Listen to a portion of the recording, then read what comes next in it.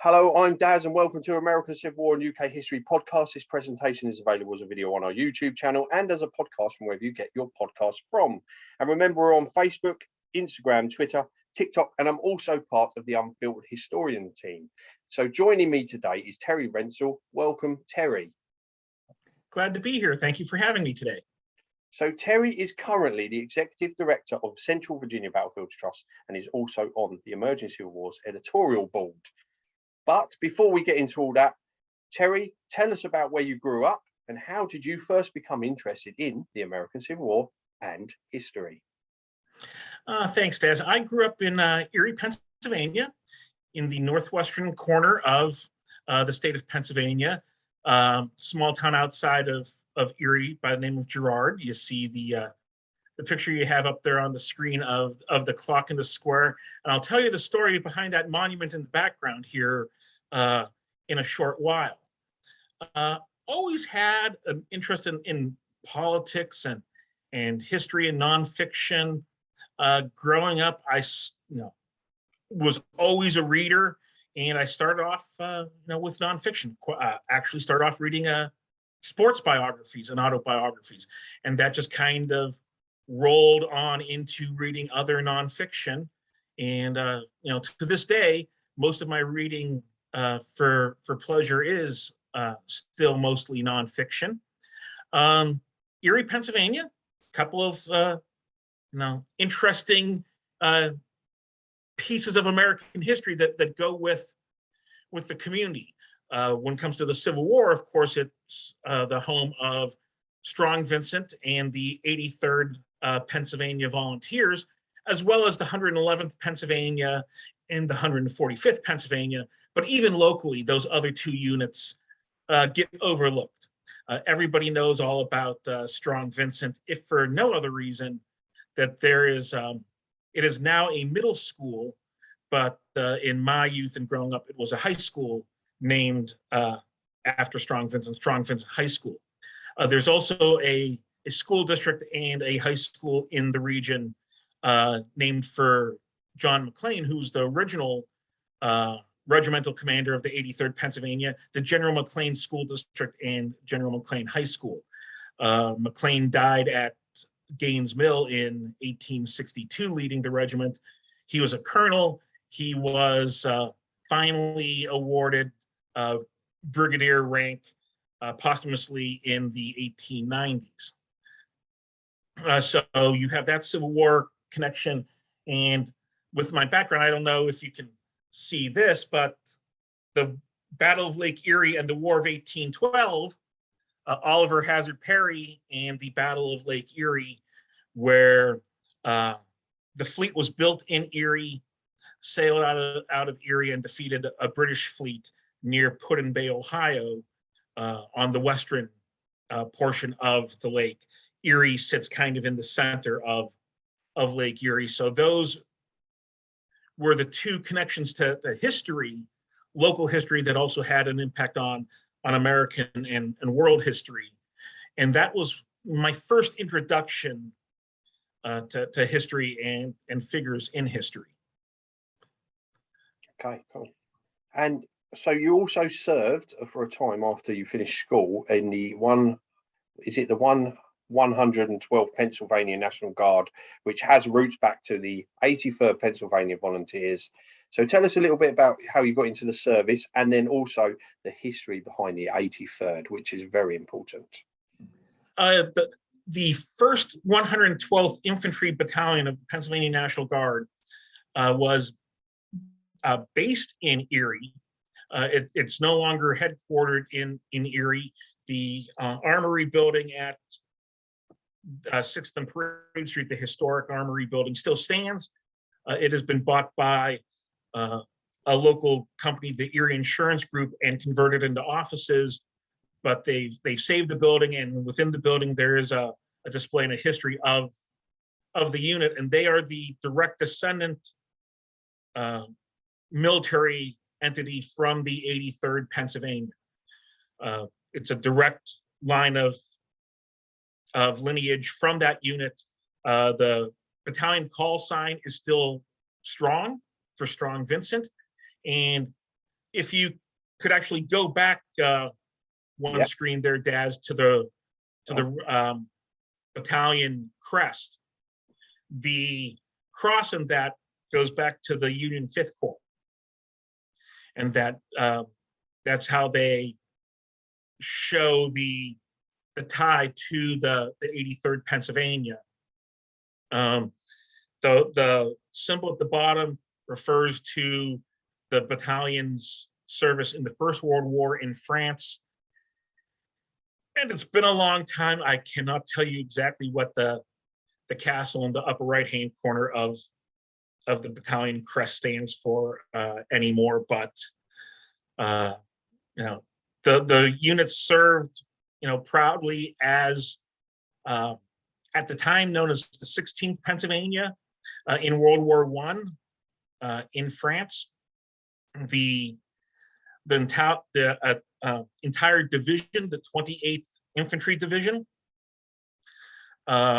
served with honor and distinction in World War II, most well known for its part in the Battle of the Bulge. And I joined the unit in 1986, in December 1986. I joined the National Guard, quite honestly, to mostly help pay for college. The military here in the States would do tuition reimbursement with the National Guard. So I was in each semester, they would reimburse me a portion of my college tuition as long as, I was serving, honorably and, enrolled in college in good order. And I was part of a battalion headquarters company and a member of the communications platoon. So my job, when we were doing our training, we mostly ran commo lines between the battalion headquarters and the different line companies of the battalion. If we would have ever seen action in wartime, all the people doing my job, which was 31 kilo at the time, we would have all been humping radios on our backs, handing them to lieutenants and captains on the battlefield. And that was so long ago that the Army actually eliminated the 31 kilo MOS as a communications MOS. And after several years of letting it rest, they brought it back as a dog hand MOS for military police. So, you've been, you're old and you've been out of the military a long time when they've eliminated your military job. And am I right in saying that a lot of the volunteer regiments the National Guard regiments can trace their roots back to the volunteer regiments from the Civil War?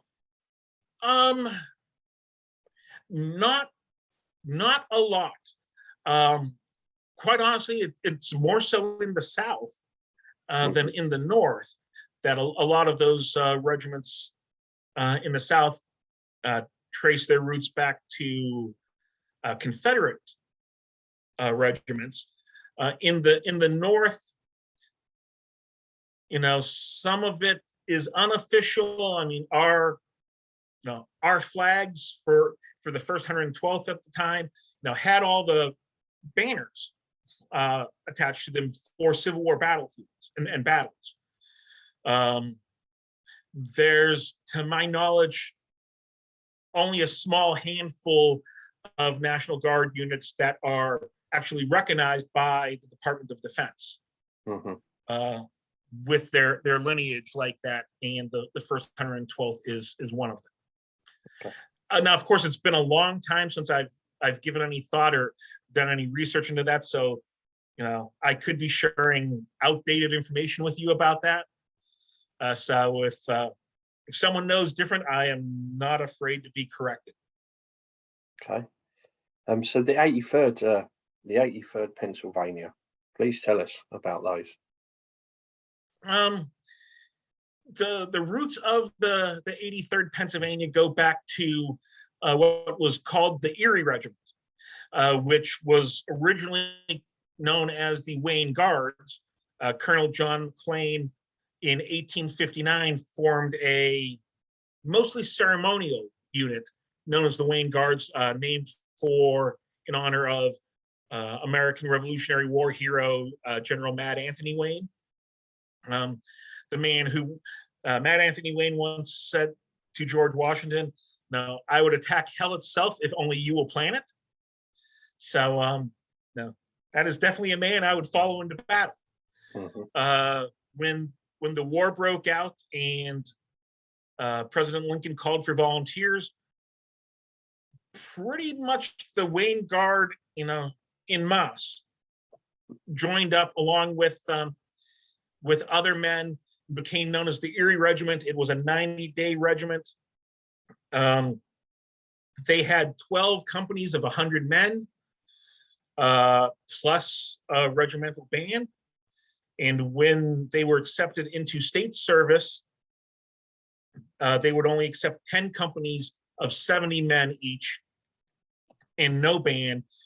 The original camp and training grounds is actually in the area of Erie, in the downtown area, once again, in what is today the downtown area, and was from the bayfront to modern day 6th Street and between modern day German Street to modern day Parade Street, which the old Erie Armory sits on the corner of modern day 6th and Parade Street. So the modern and now historic armory stands on part of the original training camp for the Erie Regiment. They were a 90-day regiment. They were shipped down to the Pittsburgh, Pennsylvania area, where they went into camp. Shortly after going into camp, Colonel McLean was put in command of the training camp. All the units in Western Pennsylvania congregated in the Pittsburgh area. They opened a second camp a little further up the Allegheny River, about 7 or 8 miles further north upriver. The Erie Regiment relocated to there and served out their 90-day term of enlistment. They were never called on to federal duty.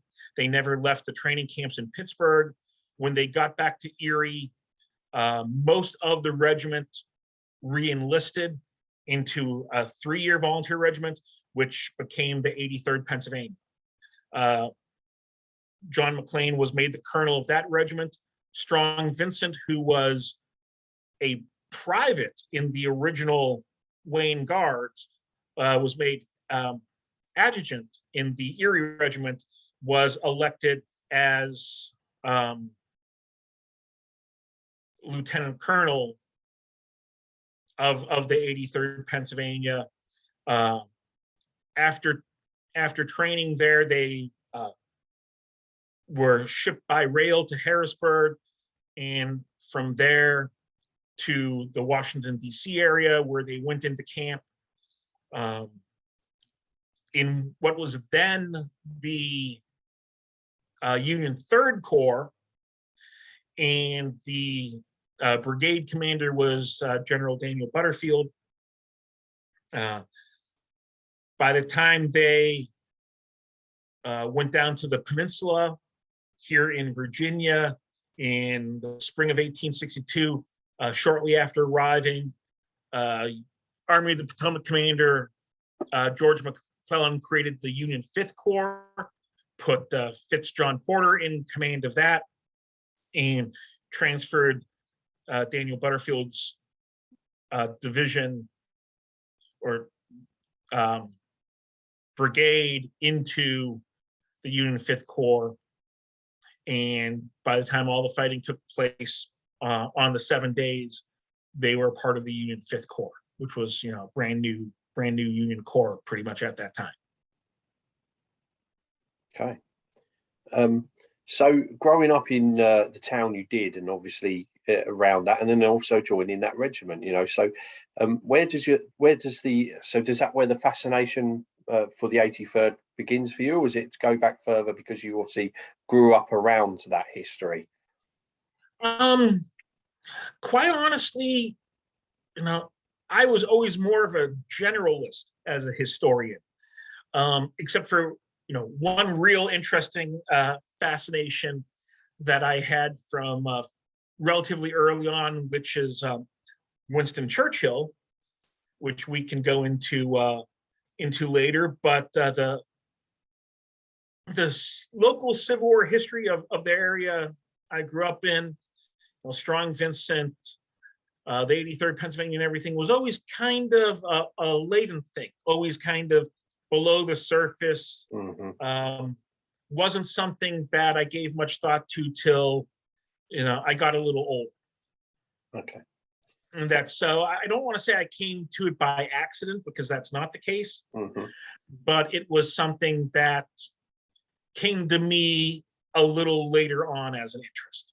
Yeah, but it's really nice that you have that connection, though, isn't it, with your local area? You must be proud of it now, as an older, as you get older. Okay, mate. Absolutely. So let's talk about the so you have an ancestral connection to a member of the 145th Pennsylvania Volunteers. So tell us a little bit about this. It is not a blood connection, quite honestly. My great-great-grandmother, and this is on my father's side, my great-great-grandfather was husband number 3 to her.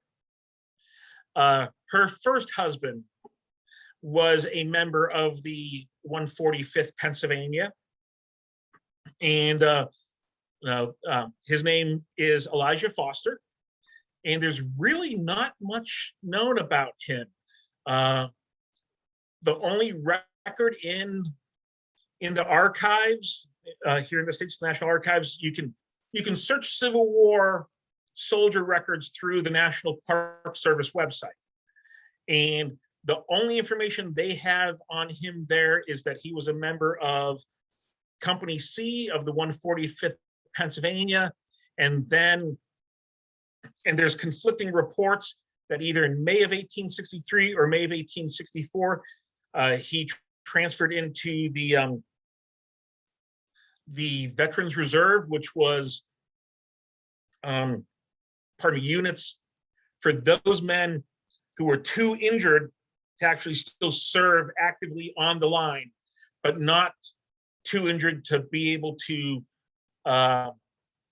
fill roles and do duties, in the rear.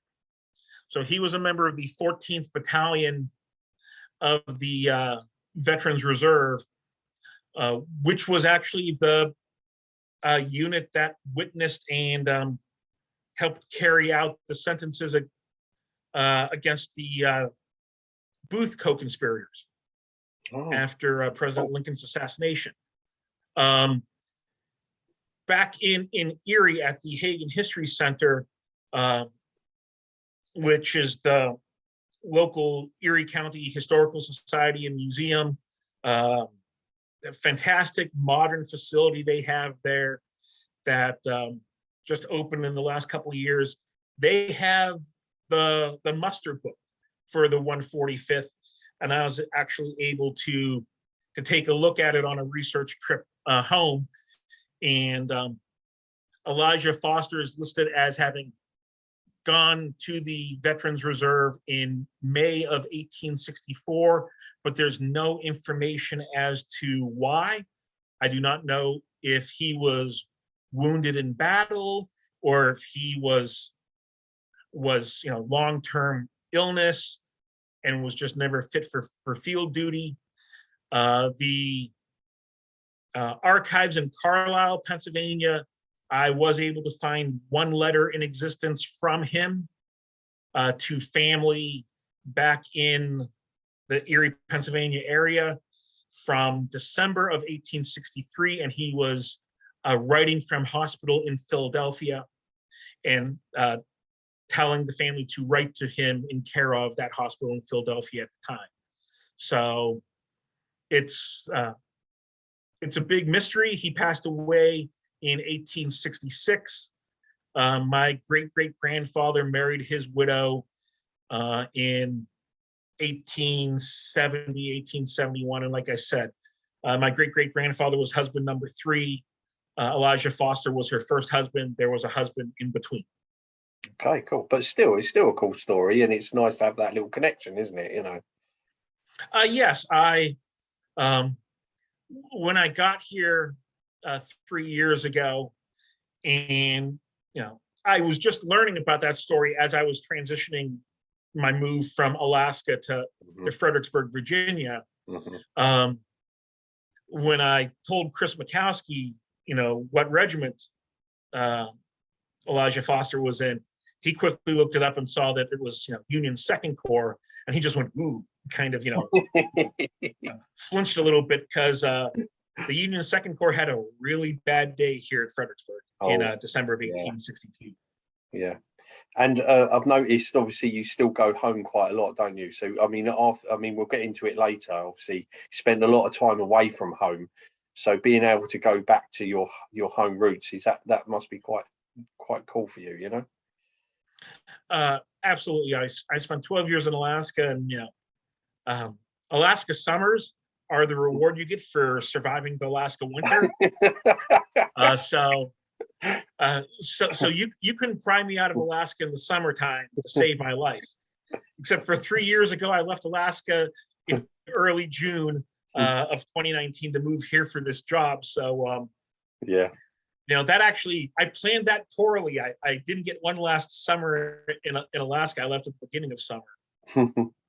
Okay, so let's go back a little bit again further, because obviously before all of that, before you have your big move to Alaska, you'd spend time at the University of Pittsburgh at in Bradford, Pennsylvania, where you will meet. Now, this is the thing. He keeps saying you're the evil twin, but you keep saying, so what is the story behind the evil twin? And tell us about your time at university. Okay. Yes, I did my undergraduate degree at the University of Pittsburgh at Bradford in Bradford, Pennsylvania, which did not look anywhere near as nice as. Does it look too nice now? on the screen, that is the modern entrance to campus. Back in my day, it was just a little blue sign with yellow text on it, blue and gold, the colors of the University of Pittsburgh system. Of course, University of Pittsburgh, based in Pittsburgh, Pennsylvania, of course, and Pittsburgh named after William Pitt. So that's that connection. Well, I met Chris Mikowski, who you referred to as there in the intro to this. We were in the same freshman orientation group. So, he was one of the first people I met at 18 years old when I stepped onto the Pitt Bradford campus that first day. And the picture on the screen, the aerial of the campus, if you look at that, you see the buildings with the parking lot behind them. Those buildings were in existence there. The four buildings in the center of the picture around the clump of trees were in existence, and 2 of the dormitories kind of in the top center of the picture were in existence at that time. All those other buildings in that picture are new in the last 30 years, and they're actually building 2 more buildings at the time. So Chris Mikowski and I were in the same freshman orientation group. I went to college, quite honestly, to be a high school social studies teacher. Chris was there as a broadcast communication major.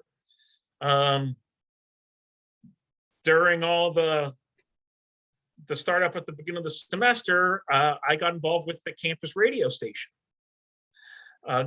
Growing up, I grew up around a bunch of guys who did radio for a living. So I always had an interest in, it's like, oh, here's something fun I can do on the side. I quickly decided I didn't want to be a school teacher. I have 2 aunts that were school teachers, and it's a commitment. And pardon me, and I quickly realized, pardon me 1 second. I quickly realized that I didn't have the commitment necessary to be a school teacher. So I remained a history political science major. Was doing college radio. Chris and I did a radio show together as freshmen. 3 days a week, we did the morning show on the campus radio station.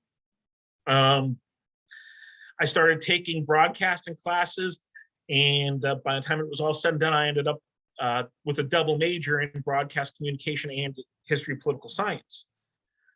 I went off and started a career in broadcasting. Mm-hmm. History and political science were my first love, but it's like, if you're not going to law school, if you're not going to be a school teacher, if you're not going to politics, not a whole lot you can do with a history political science degree as, a 22-year-old. Nope. And so that kind of began my odyssey in working in broadcasting. So what was the radio show actually about? It was just, typical, morning radio show. We played Mm-hmm. music. We, chatted among ourselves. It was a free form sort of thing, but it was mostly playing music. I mean, here in the States, most of your, commercial radio morning drive shows that they call them morning zoos, and it's Mm-hmm. usually just, the hosts, mostly talking and playing very little music. Well, that's not the way, we did college radio. It was mostly music with a little bit of talking. Chris and I would just play off each other a bit. Well, we quickly learned that we share a birthday, and that same day, same year. So that's how we became, the twins. As I say, he's my twin brother from another mother and another father. And then we're both baseball fans, and we're both fans of the New York Yankees baseball team. So we had that in common. And so it was just, this, bit of serendipity. And, we drifted apart for a couple of years post college in our early 20s, and then we drifted back together, and we've been real close friends since. And the evil twin thing that started with him. The joke at the time, he was a family man, a college professor. He served on the school board of the district that he lived in. So, he was a fine, upstanding member of his community. And I was the guy moving around the country, working in radio, public radio, non-commercial radio here in the States. Not the wild and crazy life of a commercial radio jock. So, that kind of became the joke that, I'm the bachelor moving around the country for radio jobs, and, radio, has this, assumption that you're this, crazy, nutty, out of control guy. So the fact that I'm none of those things. No. That's how the whole evil twin thing started. And doesn't he mention it at the beginning of his grant, at the beginning of the grant book? Is that correct? That's what I was going to say. He yeah, that's what I first heard. But anyway, the grant book that Chris Makowski wrote about Grant writing his memoirs and willing himself to live long enough to write them. The dedication of that book is to my evil twin, Terry Rensel. So we jokingly call it, my book.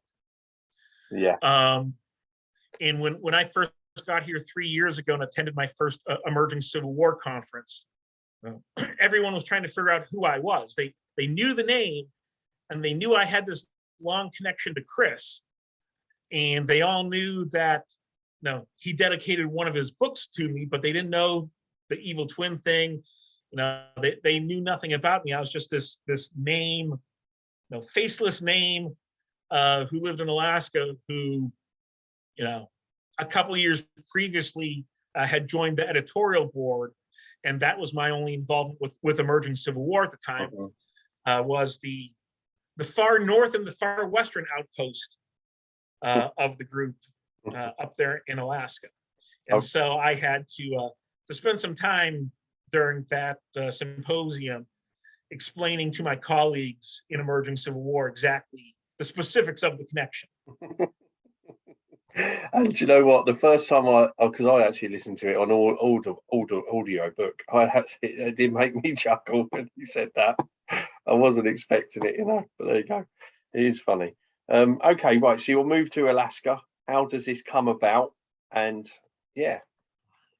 I spent 25 years working in public broadcasting, and I always said, broadcasting in general is a bit of a gypsy business. You go where the work takes you, and also, my personal philosophy is I will stay somewhere as long as I'm a good fit for it, and it's a good fit for me. If it's not both those things, then I'm not doing the station or myself a service by still doing it.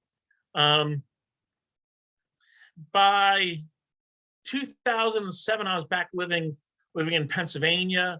I'd gone out of the broadcasting business at that point, just seeing, maybe there was something else for me to do. And the job as the program director for the public radio station in Homer, KBBI, came up, and I had a couple of former bosses who lived in Alaska at the time.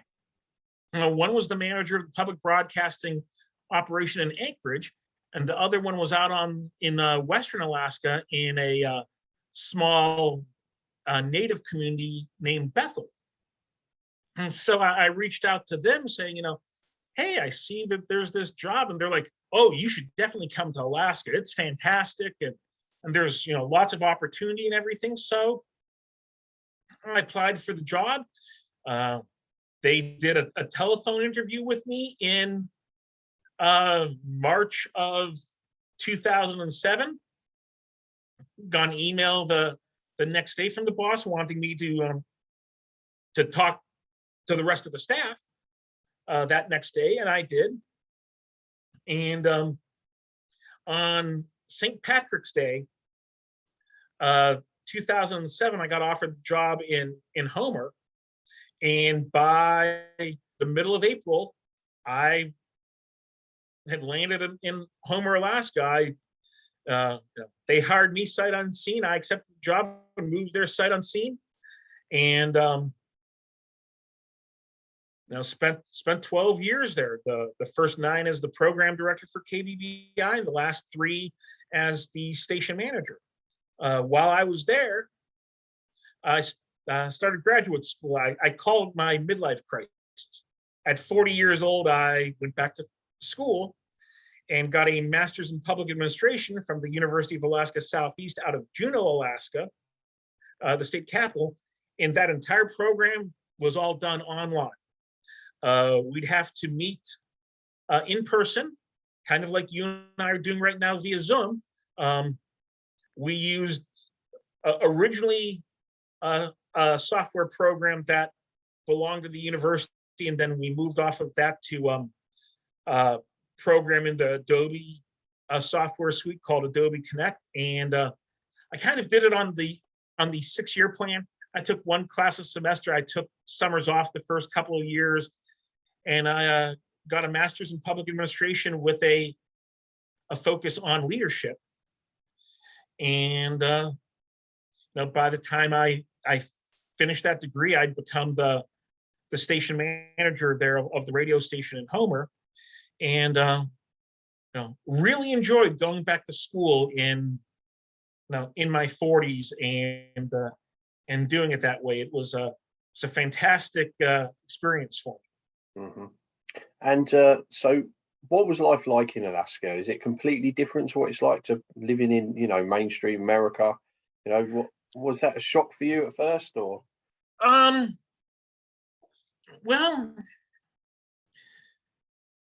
I'm not necessarily sure I'd call it a shock. I mean, it was interesting. It was awe-inspiring. The Homer area, the Kenai Peninsula, is referred to as the banana belt of Alaska. And I was, Homer is right there at sea level on Ketchimak Bay and Cook Inlet, which feeds, you go around the corner in Cook Inlet and you're in the Northern Pacific. The Homer Spit, which is the lower picture, that sticks 5 miles out into Ketchimak Bay.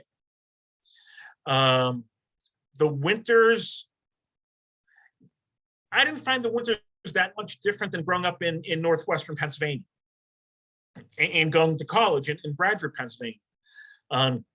Because being on the water, that helped keep things a little warmer in the winter and also a little cooler in the summer. There was a bluff back behind, above town, where the picture of the Spit's taken. That's from up on top of the bluff on East End Road, and that's 1,500 feet elevation. And Wow. up there, winter lasts 6 to 8 weeks longer than it does down in town. So the fact that I lived down in town, most of what I did was down in town. It was dark longer in the winter, but it really wasn't that much colder than what I grew up with. I grew up in a small town, so living in a small town wasn't that different. And just like any other small town, you find things to do to keep you occupied in the winter, because it's dark. You'd go to work in the dark. You come home in the dark. The mountains there on the south side of Ketchimak Bay. In the winter, the sun wouldn't rise up above the mountains till after 10 a.m. Wow. No, you'd have nautical dawn. It would be light out, but you didn't actually see the sun till 10:15, 10:30 in the morning. And in the winter, it would pretty much just ride that mountain range, and by 4:30 the sun is set. But you have really long dawn and dusk.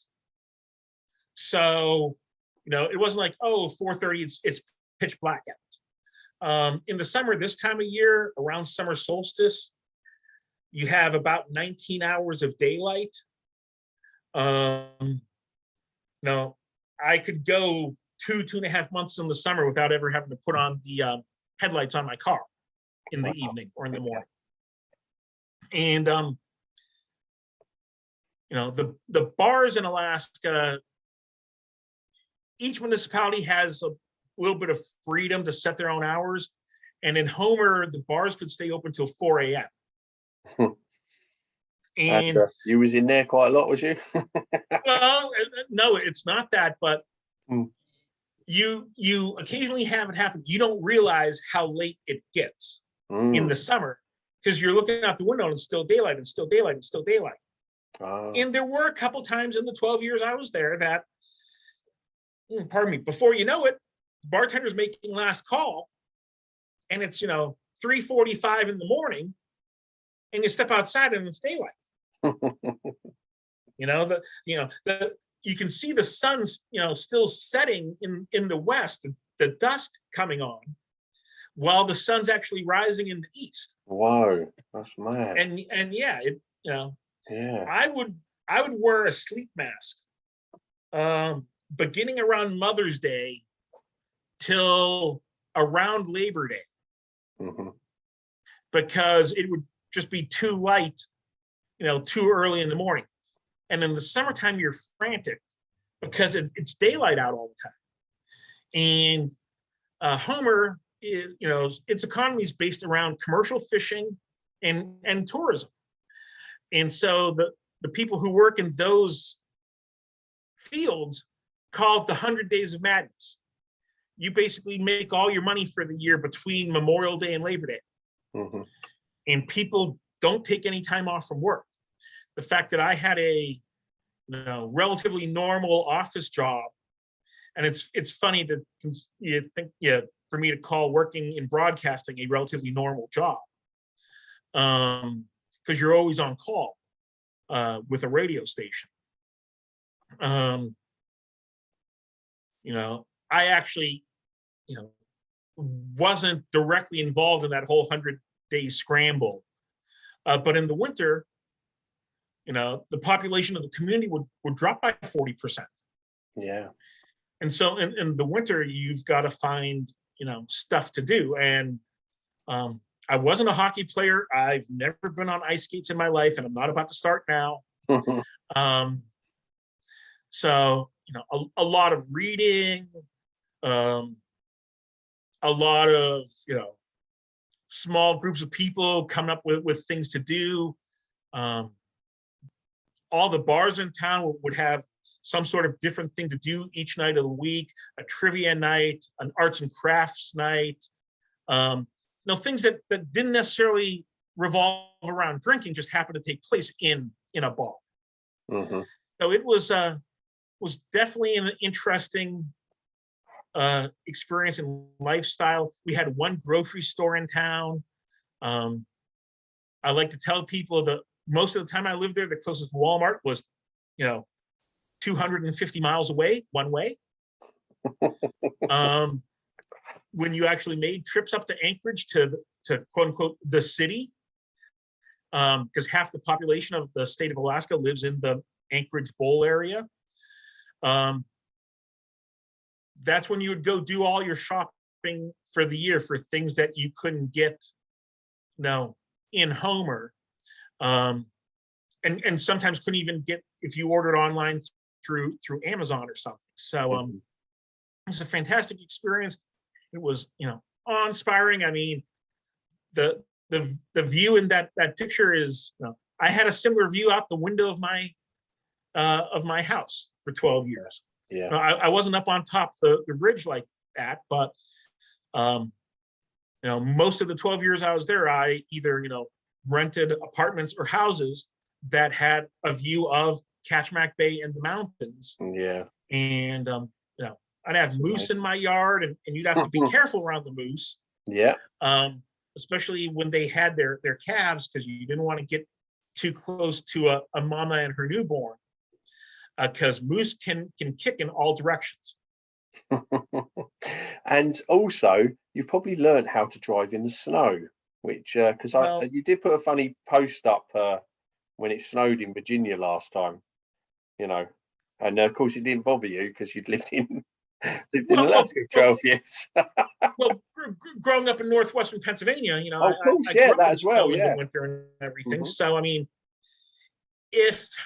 I drive a Jeep Cherokee, so it's like as long as I had clearance, I was good. The problem was, so many people either got their cars stuck or got or went into ditches that it closed all the roads and made it hard to get around. And the day of that storm, by the time I did get home, my apartment complex hadn't been plowed out, and I did end up getting stuck basically right in front of my apartment because I was pushing snow and it got underneath the car. Fair enough. We'll let you off. Yeah, I was kind of embarrassed by that. Anyway, let's talk about emerging civil war, because this role comes up. You're settled in I need to say Virginia then. Sorry, you're settled in Alaska. You've known Chris for some time. So in that time period, you're obviously in contact with him still. Is that correct? Oh, absolutely. He'd started the emerging Civil War stuff with Chris White and another guy whose name always escapes me, and I apologize for that, but it was three of them. They were, sitting at the National Park Service quarters at the Stonewall Jackson death site, sitting on the porch there, having a beer, smoking a cigar when they came up with the idea. Mm-hmm. And they started, doing the blog, and Chris Mikowski and Chris White were writing books for the National Park Service, and a now defunct publishing company, Thomas Publishing, which was out of Gettysburg.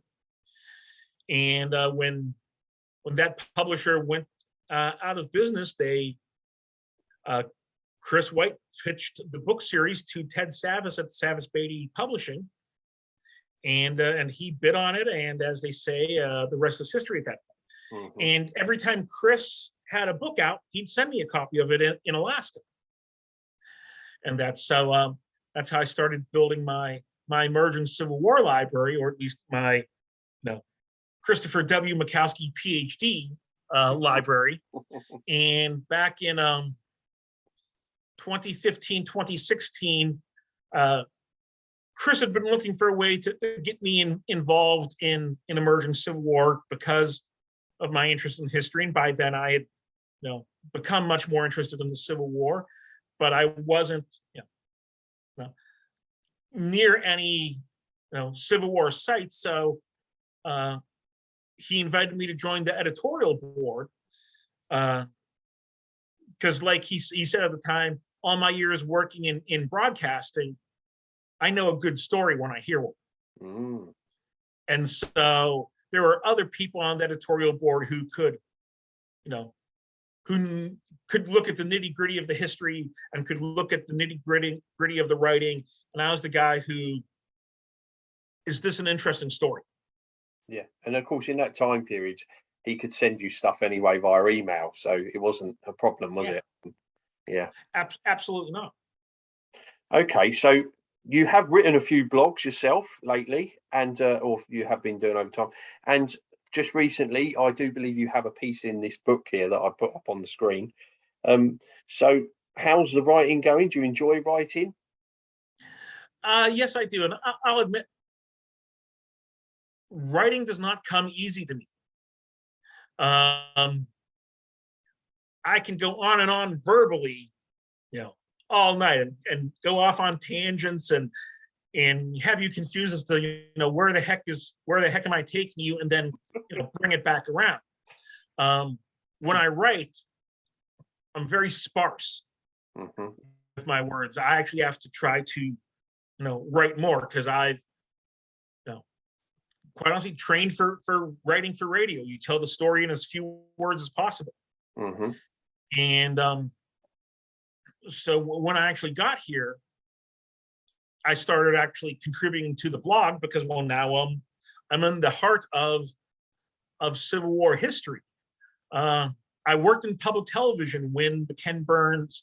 Well, actually, I was a college senior when the Ken Burns Civil War series ran on public television. But I spent my first couple years out of college working at a public radio, public TV combo, and working in the control room, where every public television fundraising drive, we were rerunning the Ken Burns Civil War. So I became acquainted with that documentary series, inside and out, very intimately. When the 10th anniversary ECW book series came about, the first book in that series was Summer of '63 Gettysburg. There was also a Tullahoma and Vicksburg book out at that time. And for the Gettysburg book, I wrote a piece about Strong Vincent at Gettysburg and in memory, because there are actually 3 monuments on Little Round Top to Strong Vincent. Right next to the 44th New York Castle monument, that's the big castle on Little Round Top, the 2 big giant boulders that sit next to it, chiseled into one of them, and it's hard to read now, but back in the day they put lie on it or something, so that the words would jump out, but it's, engraved there that, here's the spot where Strong Vincent fell. And that's chiseled into the rock there. And that was chiseled there during the war still. It was sometime in late 1864, early 1865, someone went up on top of Little Round Top and they saw that chiseled into the rock. Nobody has any idea, who did it or exactly when.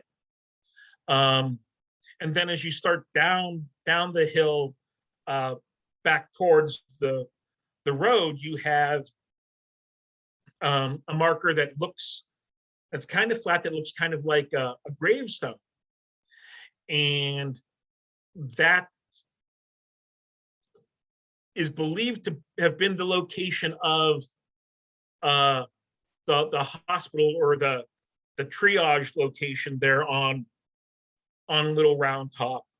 And that's also, to Vincent and his wounding and being, treated there. And the monument that sits on the National Park Service ground today is actually a reproduction. In 1976, it was found to have been damaged in some fashion, whether it was vandalized or just broke, but it was snapped in half. And the original one now sits in the research room of the Erie County Public Library in Erie, Pennsylvania. And that was put up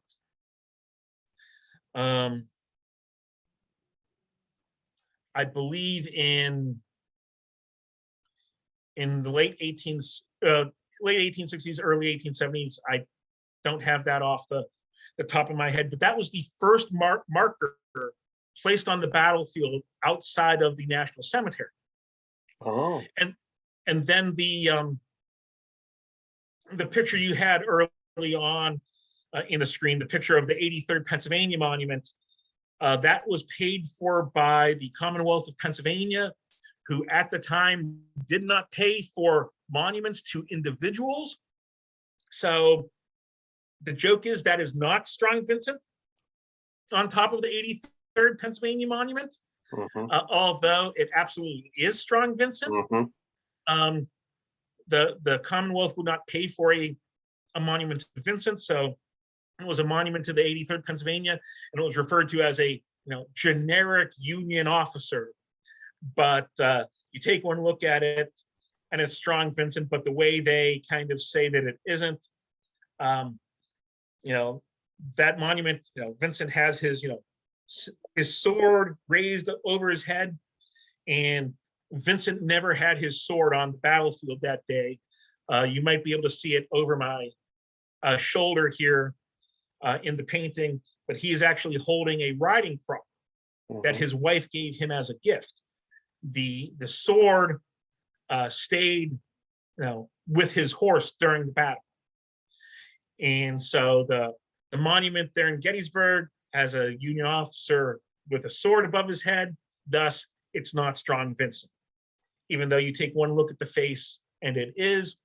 If you go to Erie, Pennsylvania, outside of the Erie County Public Library main branch, the Blasco Library downtown on the Bayfront, there's a statue of Vincent. It looks exactly like the statue, the figure on top of the statue at Gettysburg, except for in Erie, he does have the riding crop raised over his head and not the sword.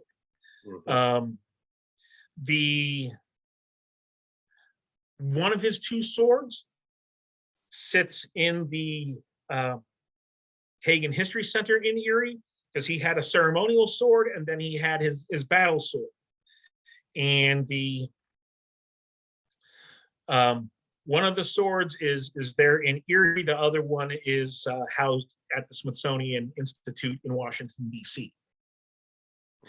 The Grant versus Lee book, I have a piece in that about Harris Farm, Battle of Harris Farm, and the monument to the 1st Massachusetts Heavy Artillery which saw their first action at Harris Farm that day in May 1864.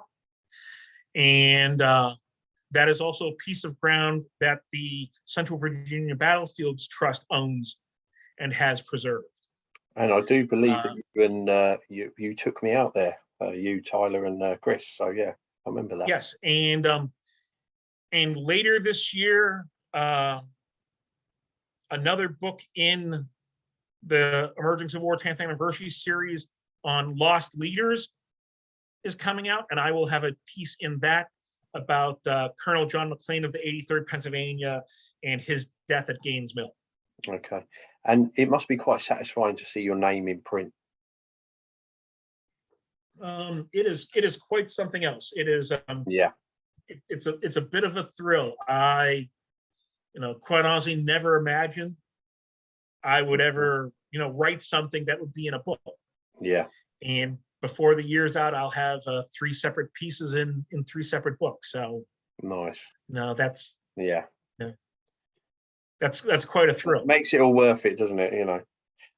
Yeah. So the opportunity comes up, and the phone call comes, or the email comes, or something comes, and you end up in Fredericksburg. So tell us the story behind that.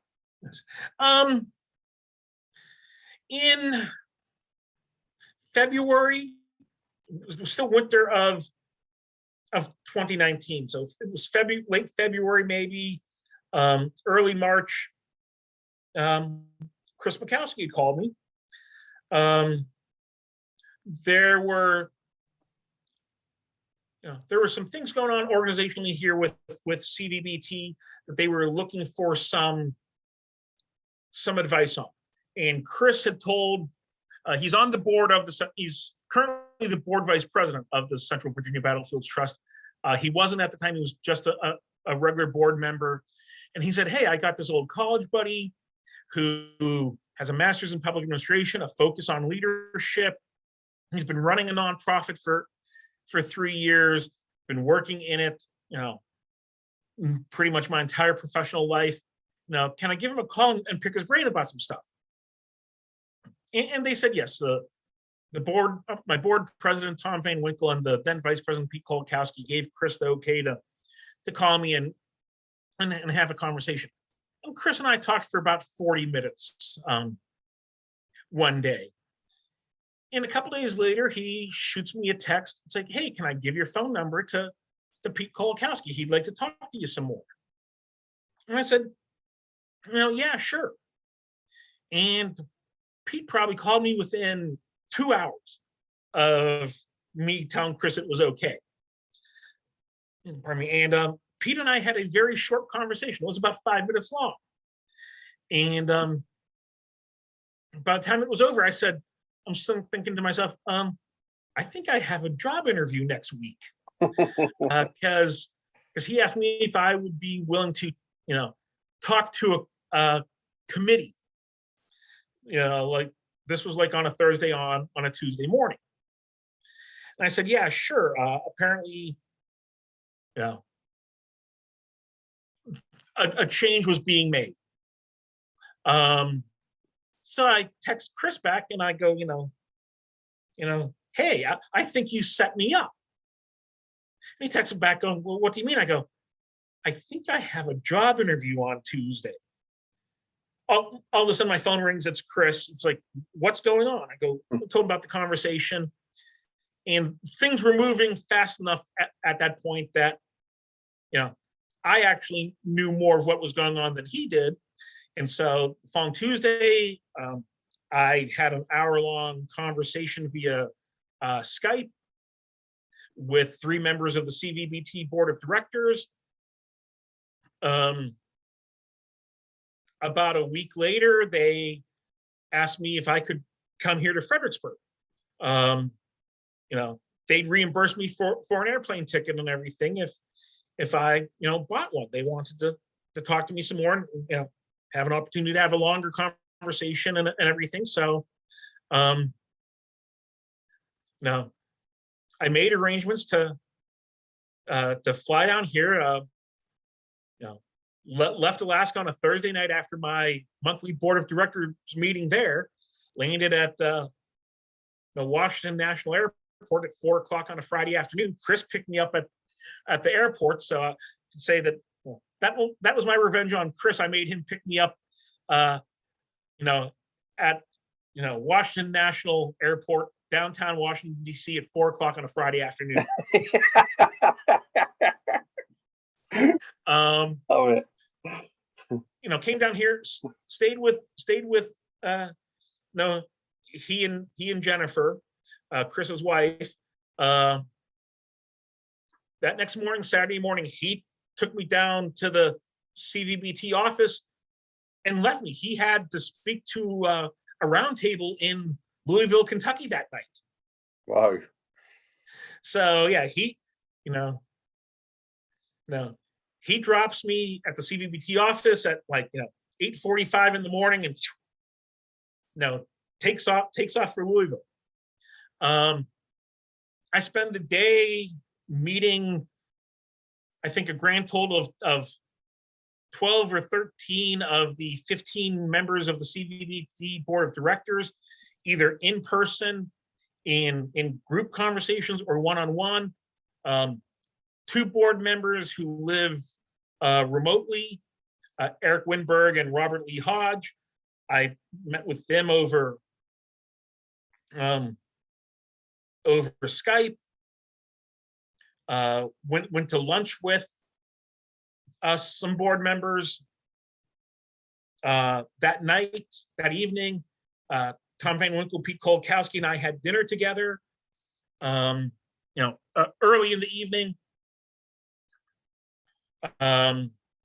Pete took me back out to Chris's house because I was staying there. Chris is out in Louisville, so I'm sitting there with Jennifer having a beer, talking about things, and she's like, "Well, if you come here and everything," the joke was that if I came here every time I came by the house, I was supposed to take one of Chris's books with me, because he's got quite the personal Civil War library. Yes. It is a library to be envied of. Yeah. And it was funny because that weekend was only the second time I'd ever met Jennifer. The first time was at their wedding. I came from Alaska for Chris and Jennifer's wedding in 2014, and just so happened that weekend was also their wedding anniversary. So Chris is out in Louisville talking to a round table, the weekend of his wedding anniversary, and I'm a house guest, and it's like, don't make that mistake again, Christopher. Happy wife, happy life. Yeah, there you go. Next morning, Pete Kolkowski picked me up. He and I had breakfast at the Waffle House as he took me back up to DC for my Sunday afternoon flight. I flew all night, landed in Anchorage at midnight, sleep in the Anchorage airport for 4.5 hours, get on the early flight out of Anchorage back to Homer, land in Homer at 7:15 on a Monday morning. One of my board members at my previous job was at the airport dropping off his wife. So he gave me a ride home. I jumped in the shower, had breakfast, and went to work. My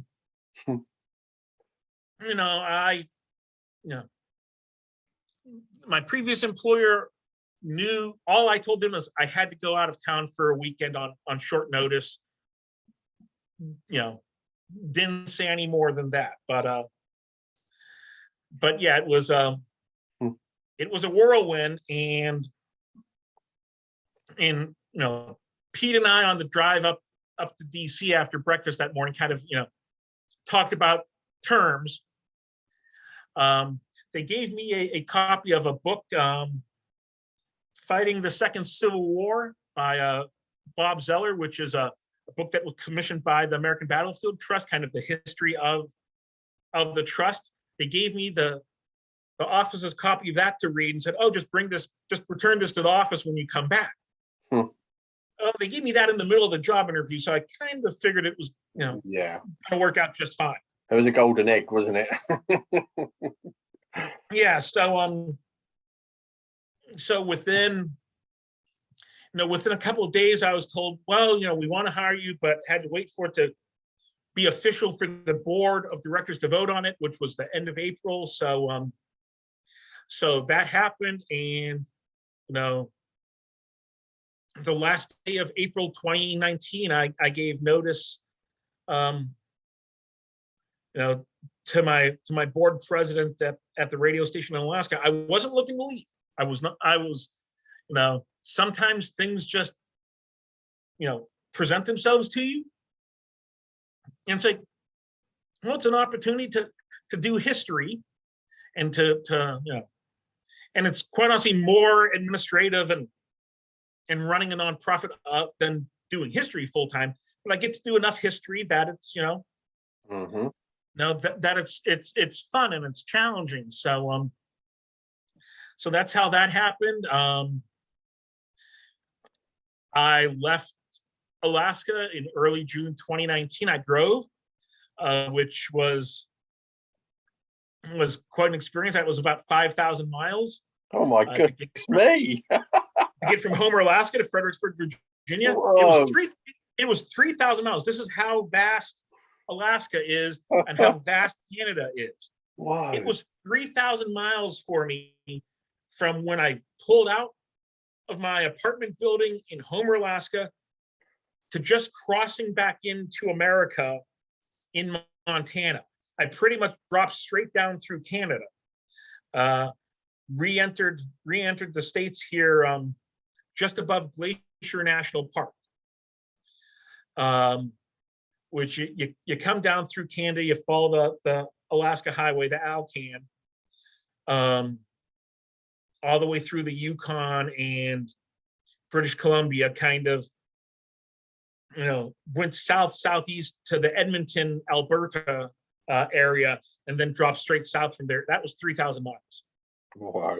I had Ron Chernow's Grant as an audiobook in my car, and that book as an audiobook is over 48 hours long. Charnow could use an edit, I'll just say that. And I wasn't anywhere close to being done with it by the time I dropped back into the lower 48. It wasn't until sometime in either North Dakota or Minnesota by the time I finally finished the book. But dropped down into Glacier National Park. I'm a national parks guy, and so I got to spend a couple of hours in Glacier National Park. Then stopped for the night in Grand Forks. Went cross country from there. Picked up the interstate again shortly before Theodore Roosevelt National Park in North Dakota. Stopped there for a couple of hours. Overnighted in Bismarck, North Dakota. Came through Minnesota, Wisconsin, Illinois. Stopped at Indiana Dunes National Lake Shore, which was actually my fifth national park at that point on the trip. Stayed overnight near there, drove into Pennsylvania, stayed with my mom for about a week. That corresponded with my 50th birthday. Happened on that trip. After being in Pennsylvania for about a week, I continued on here to Virginia. Did not call Chris for directions. Actually, no. Google Maps is a fantastic resource. Yeah. And I called him around the point when I was in Culpeper, saying, hey, I'm in Culpeper, about how long is that? He says, oh, you're probably, 30, 45 minutes. And it was about 45 minutes later, I pulled him to his driveway.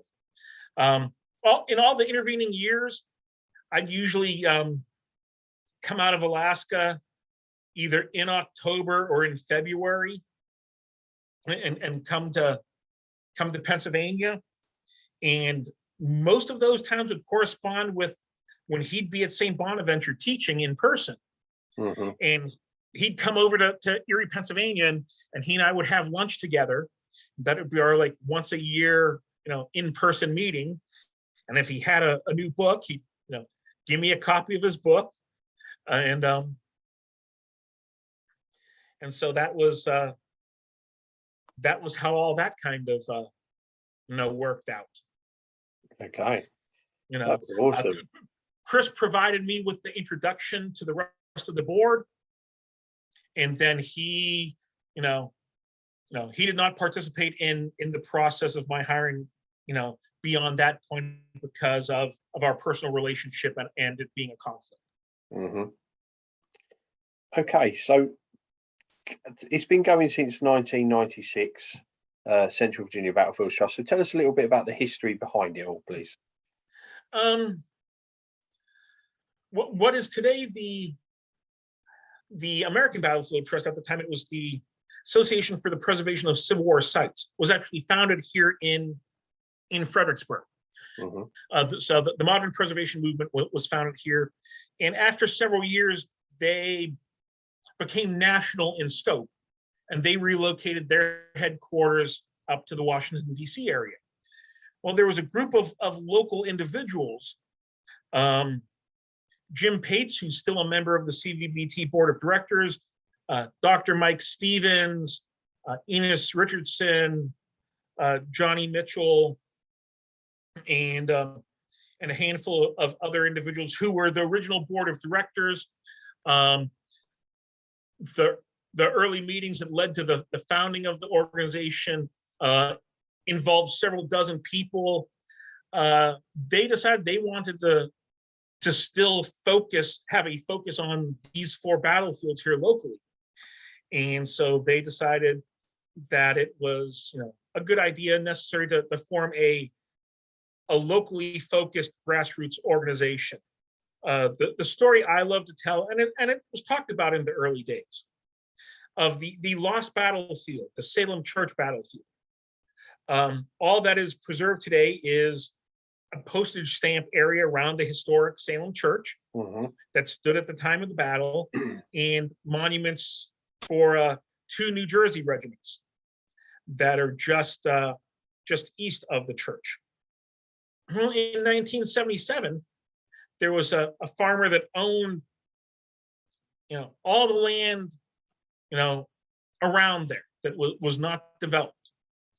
And he was interested in selling, and he was interested in selling to the National Park Service. And he wanted $300,000 for the land. The National Park Service had an appraisal done, and it appraised out at $275,000. By law, the National Park Service can only pay appraised value for land. So for the want of $25,000 in 1977, all that area around the Salem Church was sold to developers. And that's the land that is on the west side of Salem Church Road, where, the fast food restaurants and the bank and the big giant park and ride, lot are. So, that's just the way, it worked out. You have to set limits somewhere, and it's it's a wise business decision. For the fact that the National Park Service can only pay what it can pay, and that would take an act of Congress to change. So by the time 1996, 1997 comes along, the precursor to the American Battlefield Trust exists as a national organization. And in August of 1996, we were founded. And in early 1997, the Montfort Academy, which was a private Catholic school that sat on Willis Hill between the Fredericksburg National Cemetery and historic Brompton, which was the Marie House, and and at that time and now is the house of the president of the University of Mary Washington. At the time, Mary Washington College, they were negotiating with the good sisters who owned Montfort Academy to buy the 10 acres between the National Cemetery and Brompton. They were going to build athletic fields for the college on it. Well, the National Park Service was also interested in the property. And this story is a perfect example of multiple partners in the community working together for preservation. The good sisters who own Montfort Academy agreed to sell to the National Park Service for the same price that the then Mary Washington College was going to pay. The college agreed not to get into a bidding war with the National Park Service. So if NPS was able to close the deal, the college would step aside and not get into a bidding war and not try to pursue the purchase. The appraisal and what the other parties had previously agreed to, there was a gap in there.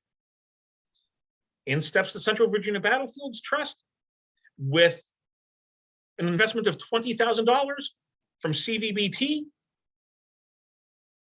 The National Park Service was able to buy Willis Hill and bring it into the national park. So that was CVBT's first save. Nice, yeah. And that is a beautiful spot as well, isn't it? Yeah, and it's it was an amazing opportunity, and it was everybody played well together. Everybody was willing to work together to save that very important piece of battlefield and leave it preserved. Mm-hmm. So that's one of the key tenets of CVBT. We work with willing sellers. We work with people who are willing to do business with us to preserve land. And some other key features of the battlefield that are in the national park today that we acquired or helped acquire and then turned over to the National Park Service. Pardon me. There's a 5-acre piece in front of the Jackson flank attack site where you would pull off of Route 3 to go out to the Jackson flank attack site on the driving tour. It's stop 8 on the Chancellorsville Battlefield driving tour. A chunk of that near that driveway that fronts Route 3, we bought and eventually turn it over to the national park. McClaw's Wedge on the other side of the Chancellorsville Battlefield, we purchased and turned over to NPS. That was 99 acres. Latimer's Knoll on the south end of the Fredericksburg Battlefield. We were involved in that purchase and turning that over to NPS, and that's 104 acres. And we had 2 separate pieces at Grant's Knoll in the wilderness. The location of Grant's headquarters during the Battle of Wilderness.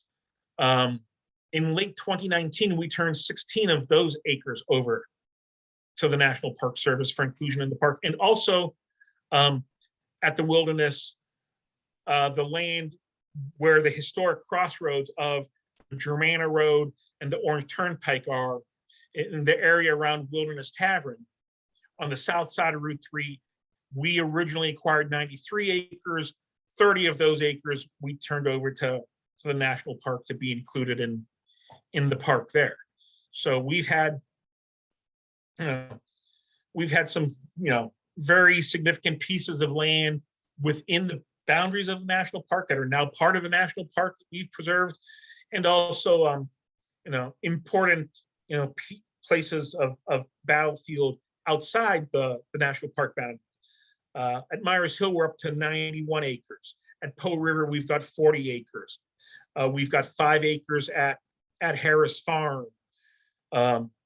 Ourselves and the American Battlefield Trust either in collaboration with each other and sometimes separately from one another. We've done hundreds of acres of Jackson's flank attack, combined between us. We helped out the American Battlefield Trust earlier this year with 141 acres at Todd's Tavern. So, the work is never ending. The work continues. Historically, we've helped preserve around 1,700 acres. Some of that the American Battlefield Trust owns, such as Slaughter Pen Farm and First State Chancellorsville and Todd's Tavern. Some of that we own, such as Pelham's Corner at the south end of the Fredericksburg battlefield. A whole bunch of properties out on Chancellorsville on both sides of the battlefield, first day and the flank attack. The wilderness we own about 75 acres or so still around the Wilderness Crossroads area. So, the work is ongoing and it continues. Mm-hmm. So what is the day-to-day running of CVBT for you? What does it involve for you? It is the running of a nonprofit organization. That is, correspondence with, donors, potential donors, with property owners who we may be reaching out to gauge interest or to negotiate a property acquisition. It's doing fundraising. It's interacting with our donors. It's working on the website, working on email correspondence, working on social media. It's sometimes writing articles and pieces for our magazine, which goes out twice a year to our member donors. We write a monthly column for the Civil War News, which we all take turns on. Myself, Tim Talbot, who's our chief administrative officer, Tom Van Winkle, our board president, and other board members, we kind of rotate that responsibility around. It's communicating and collaborating with our colleagues at the American Battlefield Trust.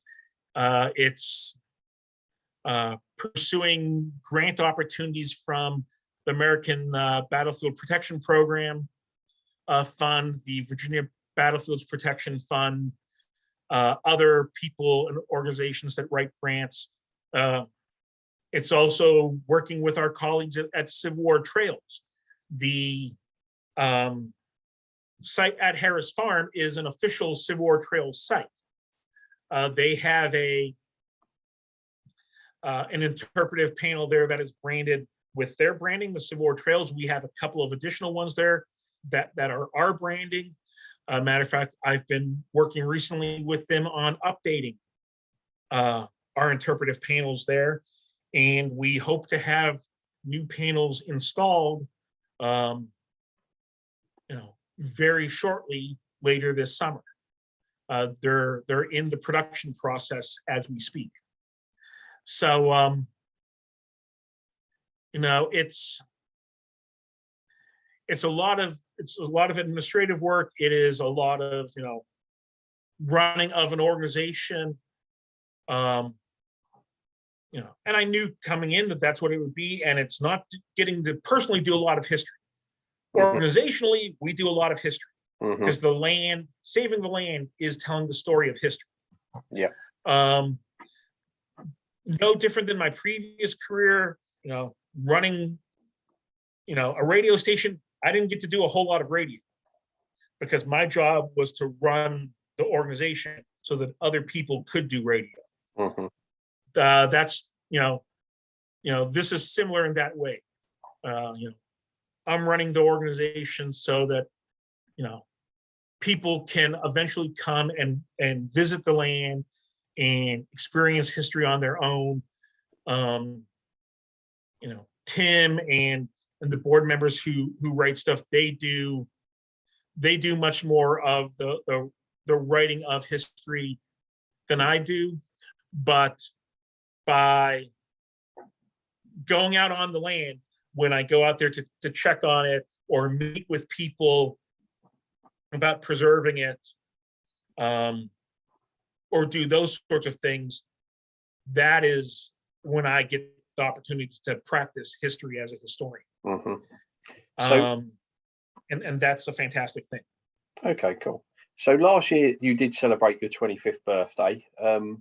So what was it like organising the conference? I remember you saying you had to buy a lot of beer for the party at the office.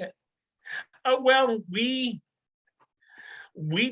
went back to our roots. Historically, organizationally, we do our annual meeting on a property that we save. At some point, that changed, and we transitioned to doing conferences based out of hotels, and doing tours, and having the annual meeting and the banquet in a hotel banquet hall. Last year, we decided to throw back to what we used to do. We put up a tent on one of our properties. On our website, if you look for the property that is called the Stonewall Brigade track, that is where we held it. It's about 10 acres. It is very close to the Chancellorsville Visitor Center, just west of there, and it's on the opposite side of Route 3, on the south side of the road. And we brought in a local barbecue restaurant as the caterer, put up a tent, tables and everything, and held the banquet and everything out there. Different kind of way to organize a conference in an annual meeting than what it was in previous years, and of what it is this year, because we'll have our annual conference this year in October. We used to do it in the spring every year, and last year we moved it to the fall because of COVID issues. We're still kind of in flux in the spring, and also by putting it in the fall, we got it away from other preservation organizations who do spring annual meetings and conferences. And so being in the fall, we've kind of cleared the decks and have have the time more to ourselves. Mm-hmm. It was an interesting thing because we had to do it as a car caravan because of COVID, trying to make it as COVID safe and friendly as possible. So we had people meet us at our tour sites. We did an opening reception at our office on Thursday night, and about 2/3 of the attendees showed up there and checked in and got their registration kits and everything, and their maps and where to meet us the next morning, which was at Salem Church, for a tour there. And then we did lunch in a picnic pavilion at one of the city parks, and then we did an afternoon tour at the Sunken Road and Willis Hill. Dinner Saturday night out at the Stonewall Brigade track under the tent, like the picture shows. And then Sunday morning, we do a breakfast at Stevenson Ridge on the Spotsylvania battlefield. And last year, our keynote speaker was Will Green, who was one of the founding fathers of the preservation movement, and was the first head of the Association for the Preservation of Civil War Sites. He had taken a sabbatical from the National Park Service. He worked here at Fredericksburg, Spotsylvania National Military Park to lead that organization in its first year. So really complicated, a lot of work. this year we're back to a bus tour and a banquet location, which was challenging in its own way to organize. This year's conference is happening September 30th through October 2nd. We have an opening reception at our office again on the Friday night. On Saturday, we're having a screening of the film Fire on the Rappahannock, which was a documentary of the reenactment for the 150th anniversary of the Battle of Fredericksburg. Our board president, Tom Van Winkle, used to have a video production company, and they produced the event. And they embedded themselves right in the middle of the reenactors. And so you see the reenactment from 10 years ago kind of, in the first person point of view of, the people who took part of it. That's going to be screened at the downtown Fredericksburg branch of the Rappahannock Regional Public Library. From there, we'll walk out the back door of there onto Sophia Street and walk the block and a half down to the upper crossing. After lunch at Brock's Grill, we're shoot down to the city dock area, which is the location of the historic middle crossing. We'll have a brief presentation there, and then have everybody jump back on the bus, and we'll drive, up the hill and around the corner to Caroline Street. And Charlie McDaniel, who's on my board of directors, is the owner of the historic Sentry Box home, which is above the middle crossing, and he will be providing a guided tour of the historic Sentry Box and his personal collection of Civil War weapons and other material. And there'll be a brief conversation of the street fighting that took place along Caroline Street on that end of that area of the battlefield. From there, back on the bus, and we'll go down to Prospect Hill for a presentation and tour of the action at the south end of the battlefield, and Stonewall Jackson's position and the attack through the Slaughter Pen Farm. That'll wrap up the touring. The banquet that evening will be at Historic Belmont in Falmouth, right across the river. That's a historic structure that was there at the time and is also now an art museum. Later owners of the property were artists in the early and mid 20th century. And so the location is owned by the University of Mary Washington and is an art museum and everything. They have a banquet room where you can look out on the Rappahannock from there. And John Hennessy, recently retired chief historian and head of interpretation for the National Park here in Fredericksburg, will be doing a presentation on the Union occupation of Fredericksburg in earlier 1862, prior to the battle. Sunday morning, breakfast will be at Stevenson Ridge, and we will have a historian roundtable talking about the Battle of Fredericksburg and the war in Fredericksburg and the aftermath. And that will be John Hennessy and Frank O'Reilly and Sarah K. Byerly and Scott Walker and a host of others. Mm-hmm. And quite honestly, tickets are almost sold out for the full weekend. We have a Saturday night banquet only ticket available, and there's plenty of those. But the full weekend ticket is limited by the size of the bus and the size of the room for lunch.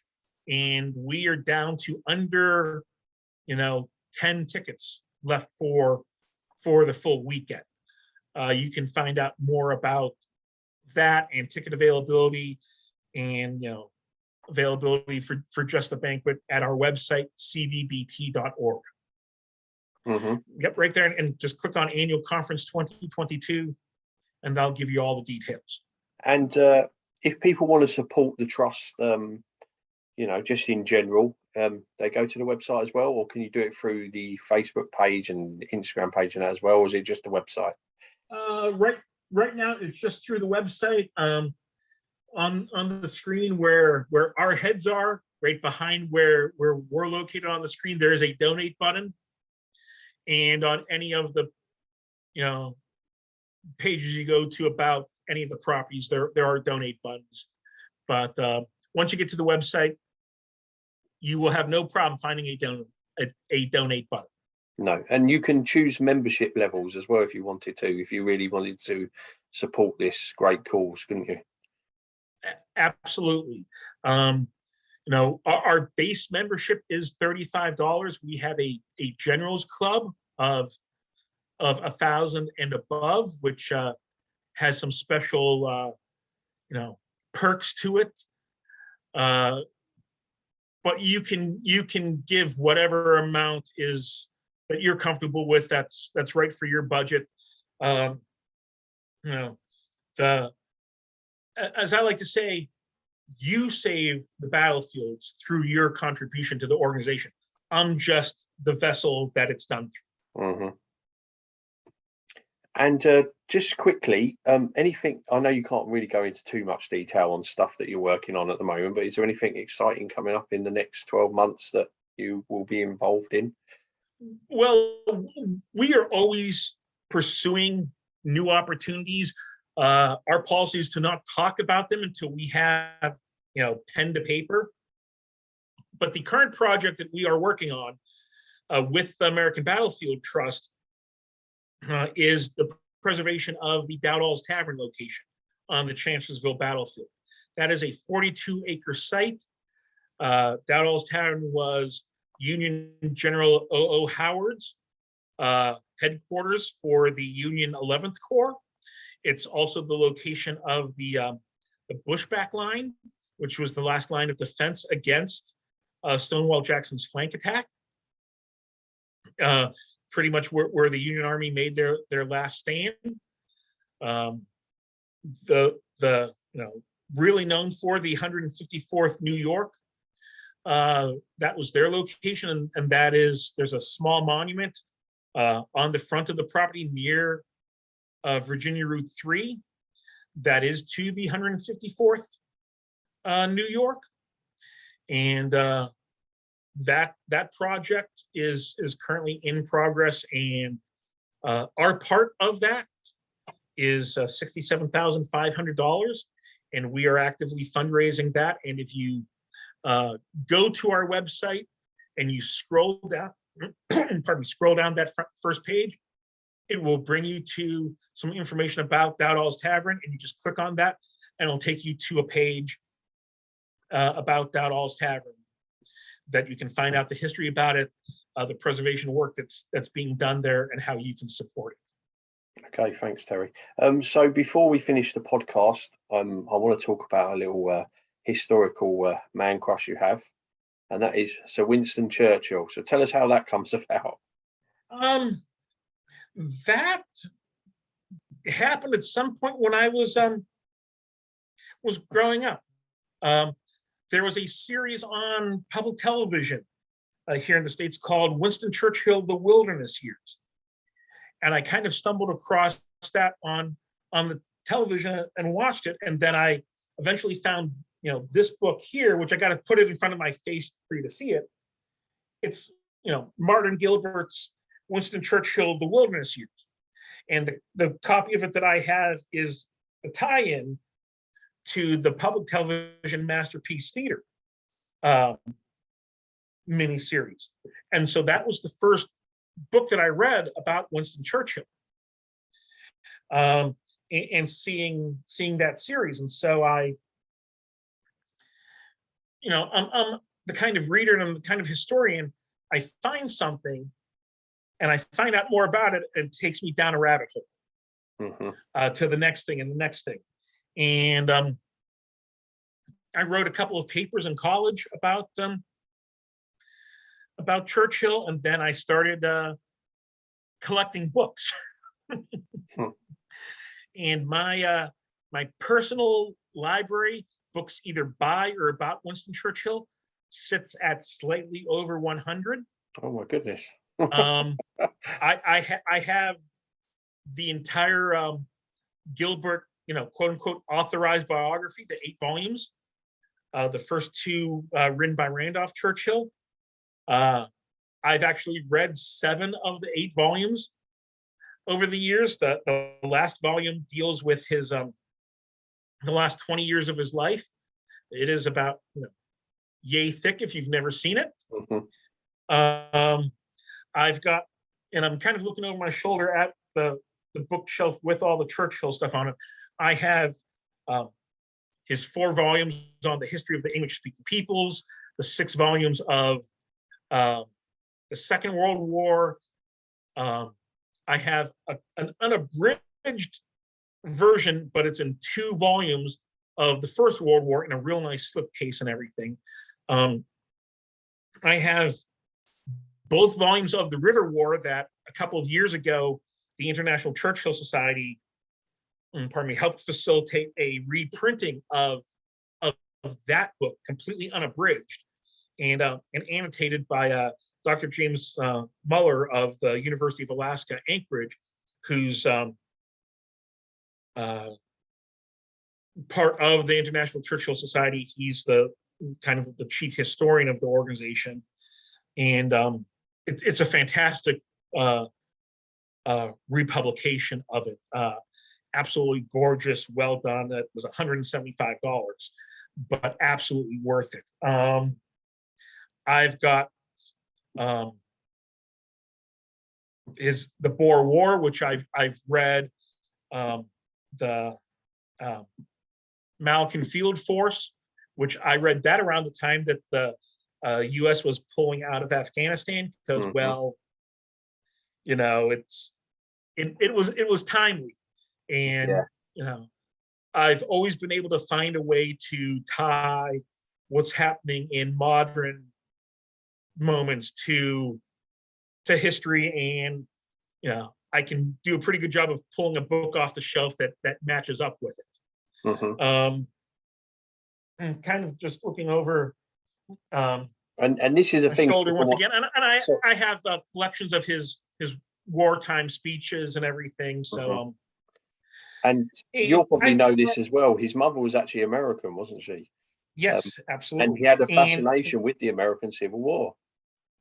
Yeah, and a couple of the things that I have in the library, in the 90s, his grandson Winston pulled all the stuff out of the history of the English-speaking peoples that focused on the United States, and published that as a standalone book, which is a great read. And like I said, unfortunately, I don't think it shows up, but I have in my hand another little one, The American Civil War by Winston Churchill. And this is, they pulled the chapter about the American Civil War in the history of the English-speaking peoples out and published that as a standalone book. And that's a great little read. Plus what he wrote about coming to these battlefields here in Central Virginia in 1929, I believe. And also he wrote a counterfactual to a counterfactual back in the early 1930s about the topic was, what if Lee had not won Gettysburg? So Churchill wrote an alternative history as a magazine piece based off of a what if. He used it as a premise that Lee wins Gettysburg. From there, attacks Washington and takes Washington, D.C. At that point, Lee then frees all the slaves in the South. Lincoln sues for peace because at that time, emancipation, that was the war aim. war is over, you have two countries here. England has always stepped in to kind of help keep the uneasy peace here on North America between the United States of America and the Confederate States of America, and have an English-speaking league of those three nations of Great Britain, the USA, and the CSA that just happens to be meeting in London in 1914 when the Archduke Ferdinand is assassinated. So at that moment, the three English-speaking nations offer to mediate, and they prevent World War I from happening, which then prevents, the defeat of Germany and prevents the rise of Hitler, and so prevents World War II. And so, he bases it all on a what if of a what if. Yeah, that's really interesting. Yeah. And I love it. The treaty that ends the American Civil War in Churchill's counterfactual is the 1863 Treaty of Harper's Ferry. Yeah.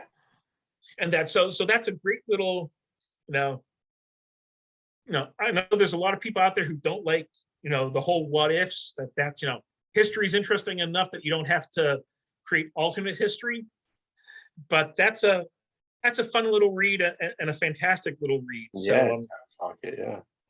So you can knock that out in about 15 minutes. It was a magazine piece originally, I think, for Scribner's. Mm-hmm. Well, anyway, mate, it's been an absolute pleasure talking to you. I really appreciate you coming on. If I can, for just carry on, mate. No, add one quick thing, because I know it's we've gone almost an hour 45 minutes. Early on, when you showed the picture of my hometown, Girard, Pennsylvania, with the clock, there was a monument in the background. Oh, yes. That. Yes. That is the monument that Dane Rice, who was a famous circus clown in the middle 19th century, he wintered his army. Wintered his circus in Girard, and he had that monument built in 1865. And it is a monument to the Civil War dead. And it is one of the early monuments at the time. I'll wait for you to get back there. There you go. Yes, the monument back there in the background. Dane Rice, famous circus clown. He was folklore says he was the model for Uncle Sam. Of course, the truth is a little more complicated. He was one of the inspirations for the Uncle Sam character. As part of his outfit in his circus, he did wear a suit similar to the suit that you see in the portrayal of Uncle Sam, the whole stars and stripes thing and the hat. He wore something that looked similar, so he was one of several inspirations for Uncle Sam, is probably the truth. He had a Southern wife, so and the circus had traveled widely in the South prior to the Civil War, so there were questions about his loyalty. So he was always very pro-Union in things. So in the fall of 1865, that monument was dedicated in the center of Girard. That's a little island. The road there splits around the island in both directions, and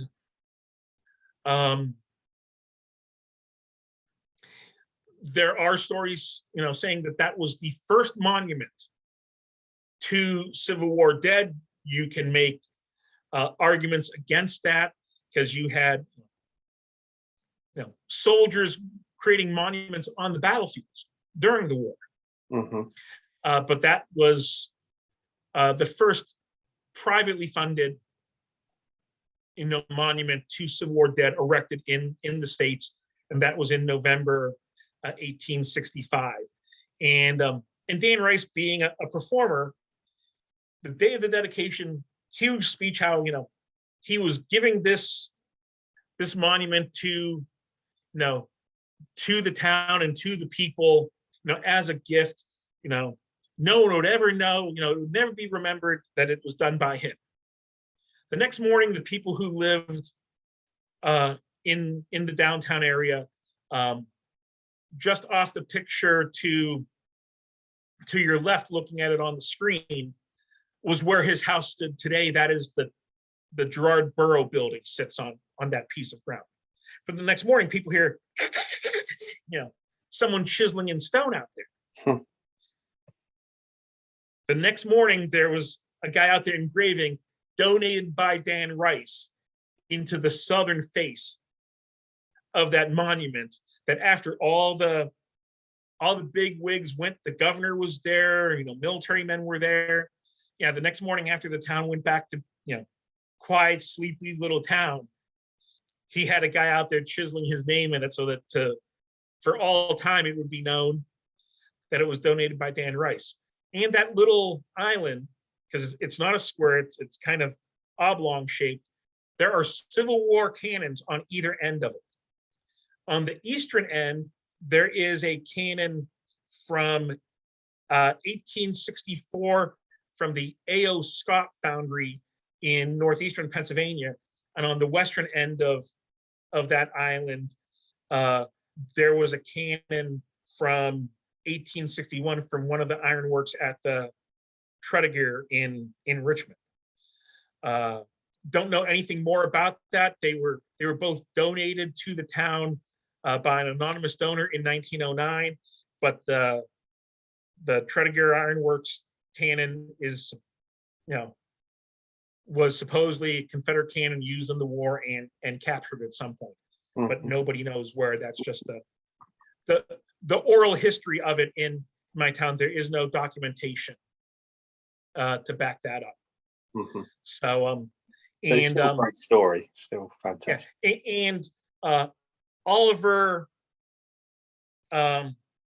Wilcox Norton, who is one of the historians of the 83rd Pennsylvania Regiment, wrote the Attack and Defense of the Little Round Top, the 83rd Pennsylvania at Gettysburg, and published a book of his letters. He was also originally from Girard, and he is given co-creator credit with Daniel Butterfield for creating taps as a bugle call. And he was also from Girard. He was part of the company in the 83rd Pennsylvania that came from Girard. Wow. So you've got lots of history there. So that's really cool. But yeah, I mean, I didn't see that monument, so that was great letting us know about that. Thanks for that, mate. Cheers. Yeah, thank you. And a big chunk of the downtown area there in Girard are structures that, go back that far. And there is actually still one house sitting in town that was part of where Rice wintered his service. Thank you for telling us that. Anyway, Terry, thank you for coming on, mate. I really appreciate you telling us the stuff about your town and all the stuff at CBBT. Sorry, I got my words rolled up then. Thanks for joining me, mate. And all the links and that for the organisation will be in the description below. And all that's left to say is thank you, Terry. Baz, thank you very much for having me. And I will see you at the Emerging Civil War Symposium here in Fredericksburg in August. You certainly will. Cheers.